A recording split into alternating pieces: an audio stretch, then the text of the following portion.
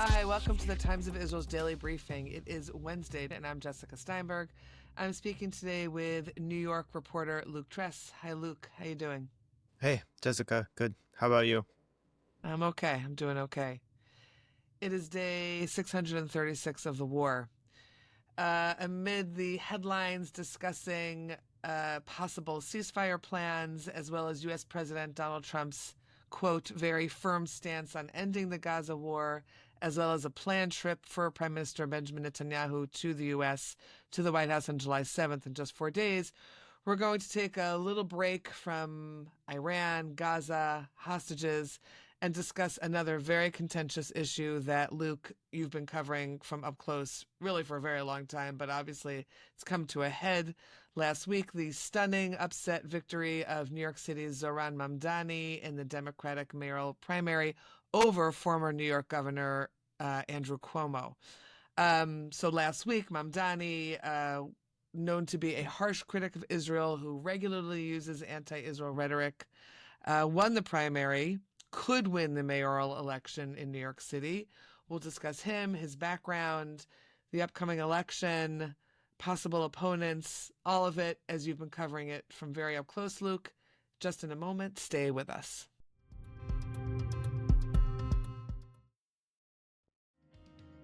I often say that if we can only do one thing well, what we need to do is to delight the customer.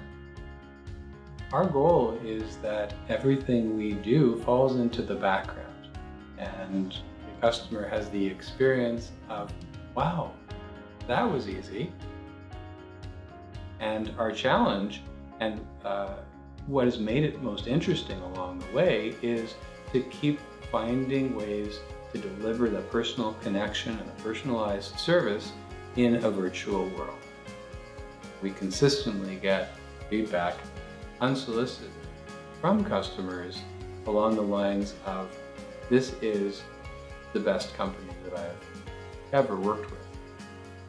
At the end of the day, it's the care that each member of the team takes that makes the entire experience what it is.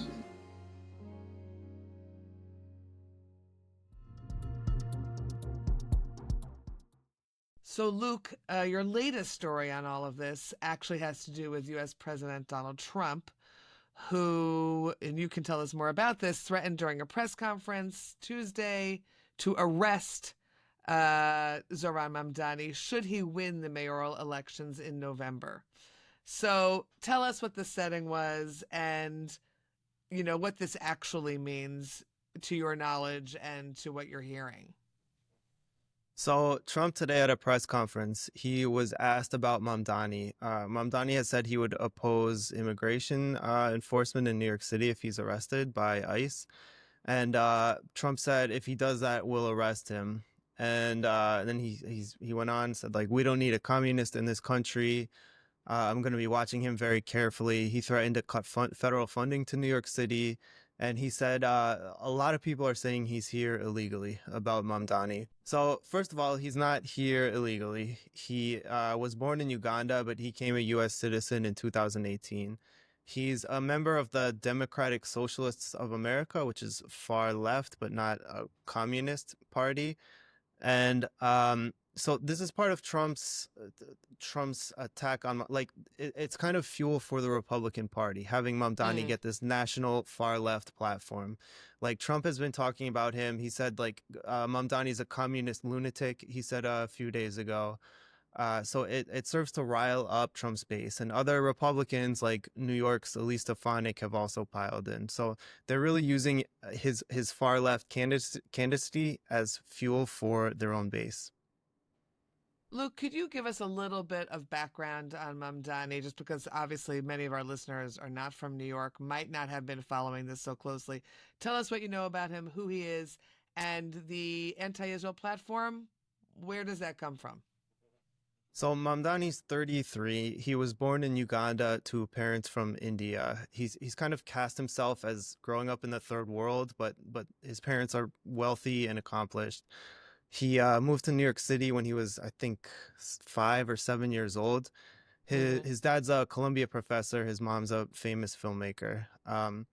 So he grew up in the city. He went to Bowdoin College in Maine, which is kind of an elite small liberal arts college, and started his campus chapter of Students for Justice in Palestine there, which was his entry into politics.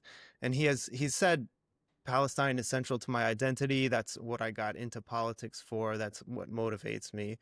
He was elected to the New York State Assembly representing part of Queens in 2021 and launched his mayoral campaign last year. And he was almost unknown at the time. He was polling near the bottom.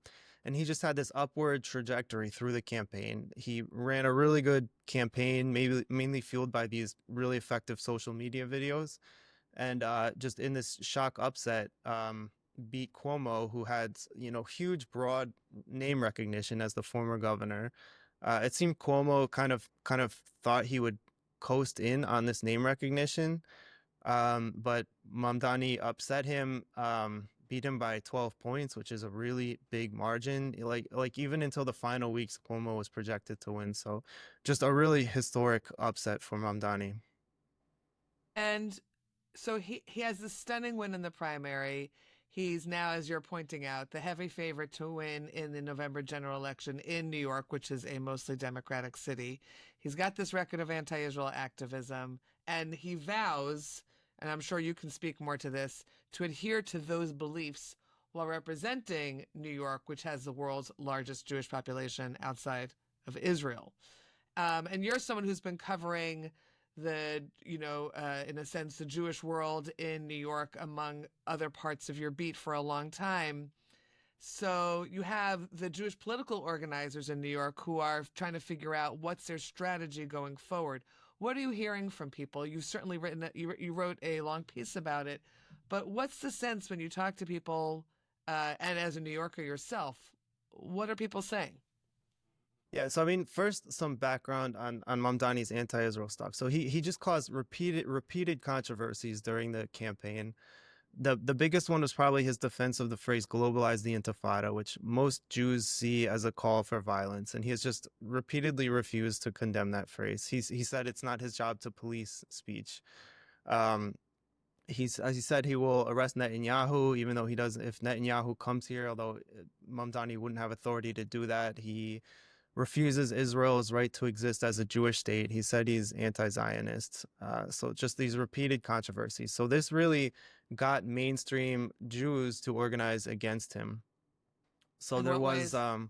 Yeah. a Jewish, it's called Jewish Voters Unite. It's an organization that they're nonpartisan. They can't endorse candidates, but they were working to get people to the polls. Like first, a related group was trying to get people to register as Democrats so they could vote in the primaries. After the registration passed, they're trying to get people to the polls at 4 offices around the city.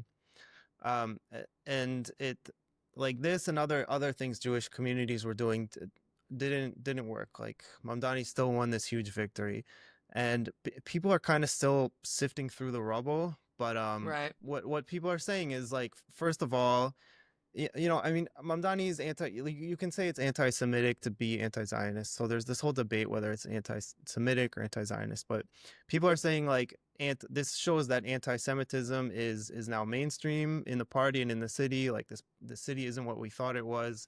It definitely shows you don't need to have a certain Israel position to win citywide office in New York, which is a huge deal because Jews are 13% of the city, so it's a big constituency. So there's always this view that you had to be palatable Play to to most the right. Jews. Yeah. Yeah, and that's no longer the case. So it's really a turning point, I think, for citywide elections going forward. I mean, Luke, you've been covering, I think of all the anti-Semitic acts that you've covered over your years of covering New York. Obviously, the world of Brooklyn and the ultra-Orthodox in New York, as well as every other kind of Jew that lives in New York. So I'm also wondering, and you have Eric Adams now as the mayor, who has certainly played to that constituency, and really every mayor before that, as you just pointed out. So are there rumblings that you're hearing of other kinds of reactions to what it will be to have someone like Mamdani as a mayor in New York? And sorry, I'm going to tack on one more question. Is there a chance, it's one thing to be a candidate. It's another thing to be the elected official. Sometimes elected officials behave a little bit differently than they do when they were candidates. Do you have a sense of that as well? Yeah, so I mean, I think a big part of people's concern is if he's elected, it will help foster a climate that's inhospitable to Jews, at least Zionist Jews. Um, I don't think anyone thinks he's actively violent or something. Like, he has acknowledged the problem of anti-Semitism repeatedly. He says there's no room for it in the movement. He has released his own plans for combating anti-Semitism. But I think it's a view that it will contribute to this environment where Jews don't feel welcome. People are worried Jews are going to move out. I mean, and this also goes with his tax increases and his other policies that people are worried about. And people I've talked to want things from him. They want him to come and say, for him to say, I'm not going to cut funding for security. They want him to clarify his hate crime policies. Like, like what's happened in New York City in the past, someone will attack somebody wearing who has an Israeli flag. This has happened at protests in the past, and the police have prosecuted it as an anti-Semitic hate crime. So people want to know if that's a position he would support, because if it's viewed as political, it's not a hate crime. They want him to say, like, the police under his mayorship will police anti-Israel protests. Like, if protesters go into a Jewish neighborhood, which has also happened, and start screaming out an intifada, people want to know that he'll let the police enforce that. So these are some of people's concerns and things they want. And I should add that he does have Jewish supporters. So he was polling in most polls second or third among Jews. Cuomo was a big favorite. Right. But he does have Jewish supporters, and they're of course very energized and happy about this, and they're jumping into the campaign for the general election. Right. Okay. We're going to take a quick break. When we're back, I want to talk about who are the other potential candidates, because obviously, as you've pointed out numerous times, this election hasn't happened yet, so it remains to be seen. So stay with us, and we'll talk about that in a moment. You all started with, what's a vision of the Jewish life you want to create? Why do you want to have Jewish spaces? Yeah, like why should I be Jewish? I'm pushing back in the most respectful way possible. Don't be respectful, I'm an Israeli. Welcome to Future Tense, A show that puts today's biggest Jewish questions In the hands of the leaders of tomorrow. What does that speak to about our role as American Jews? Is it about spirituality? Is it about the way you connect to your community? Is it about the way you feel about God? What if I find a space that excites me spiritually, but that holds serious contradictions with values I care about? Adults and parents asking me, how is it? Is everything okay? Are there encampments? Are there protests? They ask us and then they still don't listen. What happens when their commitments do conflict? I want to agree with you fully, but I think there is something that makes me a bit uncomfortable. If you want to connect with Jewish people and the only thing happening is a gefilte fish tasting, you might not eat the gefilte fish, but you'll go to be with Jewish people. Just get along? What does that mean? This is just like a hot issue, and it is very difficult to actually say your opinion on it. But these questions are knocking at young Jews' doors, whether we invite them or not, and I think we should welcome them. This is Future Tense, a new podcast from the Shalom Hartman Institute. Okay, so Luke, you've listed the other candidates or potential candidates, right? Because we don't actually know yet, and that would be former Governor Cuomo, New York City Mayor Eric Adams is a potential candidate, Republican Curtis Sliwa, who I remember him from my days in New York, and Independent Jim Walden. So what are we hearing from those potential candidates right now in the aftermath of the primary? So Cuomo first, he lost the Democratic Party primary, but he's registered to run as an independent. So he can also run again in the general election as an independent. And there was a deadline last week for him to remove his name, but he didn't. So he's going to be on the ballot no matter what, but he hasn't committed to actually campaigning. Eric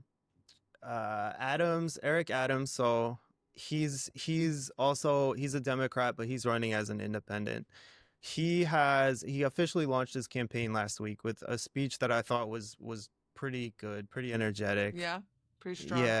Yeah, I thought it was a good speech. Cuomo's been pretty heavily criticized for having kind of a lackluster campaign. So Adams had a pretty energetic speech, which I thought was good.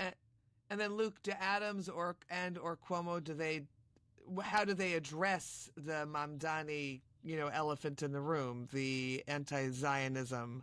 What are the things that they say about it? So, I mean, Cuomo was really leaning into the Jewish vote throughout his campaign. He was visiting synagogues. He was casting Mamdani and the other candidates as really anti-Israel extremists. But Cuomo's poll numbers didn't move very much throughout the campaign, although Jews were a real focus for him. Yeah. Right. Adams, so he officially launched his campaign last week, but he's been doing a bunch of pro-Jewish stuff recently that seems like it's meant to appeal to the Jewish community. So he codified the IRA definition of anti-Semitism for citywide offices recently. He opened a business council to build business ties between New York City and Israel, and he started a mayoral task force on anti-Semitism. And then at his campaign launch last week, he had 2 Jewish community leaders speak before him. Okay. So he's leaning into what he has, leaning into the base that he has. Yeah, and one part of this is, so Adams comes from Brooklyn. He was state senator there and the borough president before he became mayor. And has very strong ties with Hasidic and Orthodox communities in Brooklyn, which are a big voting bloc. Cuomo, as governor, he enacted some policies during COVID that were seen as targeting those communities. So Cuomo had a lot of baggage with Hasidic communities that Adams does not. And Hasidic communities all endorsed Cuomo because of the threat from Mamdani, but a lot of these communities might be more motivated to turn out for Adams than Cuomo. Interesting. Luke, a question that you might not be able to answer right at this moment. What's the biggest Jewish voting bloc after the ultra-Orthodox in New York? You happen to know that I don't know. I don't know if there's real. It's very hard to get data about this. Like the way they estimate it is they kind of look at like Jewish sounding surnames, which is not that great either. So yeah, it's hard to say. The best way for, like, even the data about this election is not out, and the way you can kind of gauge Jewish voters is by looking at very precise precinct data. So like in Williamsburg, South Williamsburg, which is overwhelmingly Hasidic, you can go and see that almost everyone voted for Cuomo. You can look at areas like the Upper West Side, which have a big Jewish population, and see they went to Cuomo, but there's a lot of non-Jews mixed in there also. So it's hard to tell. Right. And where does Cuomo live right now? Do you happen to know? I mean, so that's been a source of controversy because he was in the city. I think he was in Midtown somewhere, but he was kind of criticized as not being in the city enough. Like in New York. He was in Westchester up until recently, and him and his campaign were seen as kind of disconnected from the city. And clearly for him, the run presumably is just a political part of his own political gain. Not, in other words, you're the mayor of New York City, you have other places to go after that. Yeah, I mean, he didn't say that, but so he stepped down as governor with amid a lot of sexual harassment complaints in 2021, and this was kind of seen as his comeback. There was speculation he might have tried to run for national office from there, but he didn't say that. And so this was his next step. Okay, and the other 2 candidates, we had Curtis Sliwa and Jim Walden. Any sense of them in this race? So Curtis is he's a Republican. He runs every race. He's not gonna win. Democrats outnumber Republicans 6-1 in New York City. Walden is he's a former federal prosecutor. He's also a very long shot candidate, but he's also talked a lot about anti-Semitism and made combating anti-Semitism a platform. But the significant thing with all these candidates is it's a 5-way race now. Right, and which divides it. Curtis isn't going to win, but he's going to draw voters from Adams or Cuomo. Walden will draw a fewer number. And Cuomo and Adams share a very similar base. So the concern is they're going to divide the moderate vote while Mamdani's supporters will all stay right behind him. So the people who are against Mamdani, that's the big concern, is that these votes are going in all these different directions while Mamdani has really consolidated his base. And Luke, just one more question before we wrap up the podcast for today. As you move forward in covering this, because you've got, a solid amount of time before November, what are you looking at? Where are you going to figure out where this race could end up? Like, what are the institutions or voter bases that you're going to be looking at in the next weeks and months? So we're still, the Board of Elections released numbers today. So the city uses a ranked choice voting. It's a complicated process where people can select up to 5 candidates. They were expected to release data on that today, but they did a thing called batch elimination.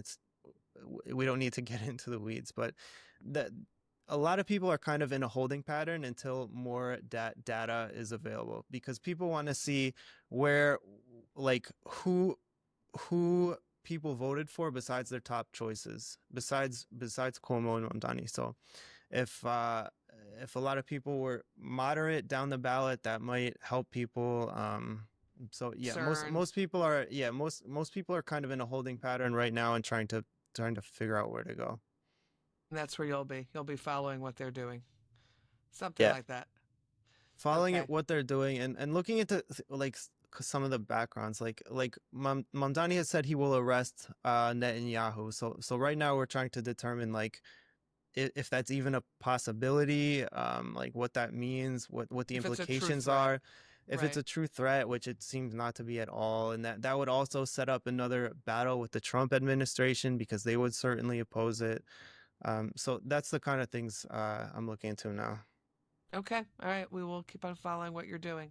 Thanks, Luke. Appreciate it. Thank you. And thanks to you for listening to the Times Visuals Daily Briefing. We'll be back again tomorrow with another installment. This episode was produced by the Podwaves and video edited by Tomas Gersh. Any comments, as always, you can email us at podcast@timesvisual.com. Until next time, take care, be well.